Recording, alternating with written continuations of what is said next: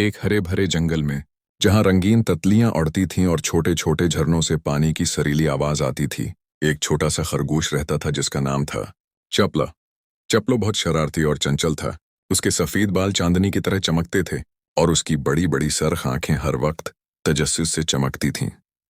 वो सुबह से शाम तक जंगल में दौड़ता, छलांगे लगाता और नई नई जगहों की सैर करता। लेकिन एक आदत उसकी खराब थी। वो कभी अपने रास्ते का ख्याल नहीं रखता था।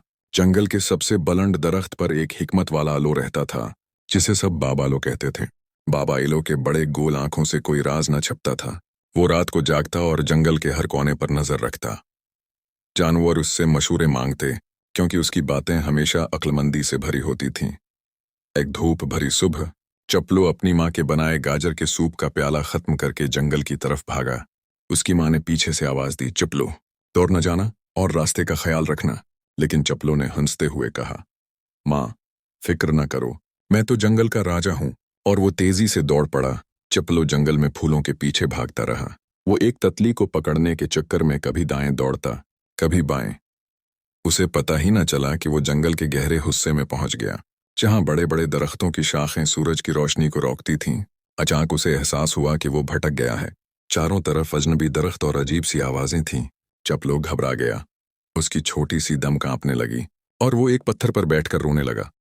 अब मैं घर कैसे जाऊंगा? वो बड़बड़ाया। इसी वक्त एक बड़े दरख्त की शाख पर बैठे बाबा आलो ने चपलो की आवाज सुनी। वो आहिस्ता से उड़ता हुआ नीचे आया और अपनी गहरी आवाज में बोला, अरे छोटे खरगोश, ये क्या माजरा है? क्यों रो रहे हो? चपलो ने ससकते हुए कहा, बाबा आलो, मैं भटक गया हूं। मुझे घर जाने का रास्ता नहीं मिल रहा।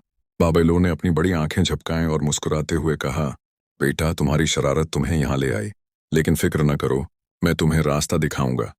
लेकिन पहले एक बात सुन लो, जंगल खूबसूरत है लेकिन खतरनाक भी। हमेशा अपने रास्ते का ख्याल रखो और अपनी माँ की बात मानो। चपलो ने सिर हिलाया और वादा किया कि वो आइंदा मुहतात रहेगा। फूल घर की तरफ इशारा करते हैं। चपलो ने गौर से सुना और सीखा कि किस तरह जंगल के निशानात को याद रखना है। आखिरकार वो जंगल के उस हिस्से में पहुंचे जहां चपलो का घर था। चपलो की माँ दरवाजे पर खड़ी बेचैन थी। जब उसने चपलो को देखा तो वो दौड़कर उसे गले लगा ली। उसने बाबा आलो का शुक्रिया अदा किया और कहा, आपने मेरे बेटे को बचा लिया। बाबा आलो ने मुस्कुराकर कहा, उसे बस थोड़ी सी अक्ल की जरूरत थी, जो अब उसे मिल गई है। और वो बाबा आलो का सबसे अच्छा दोस्त बन गया। सबक: हमेशा मुहतात रहो, अपने इर्द गिर्द के माहौल पर ध्यान दो और बड़ों की बात मानो।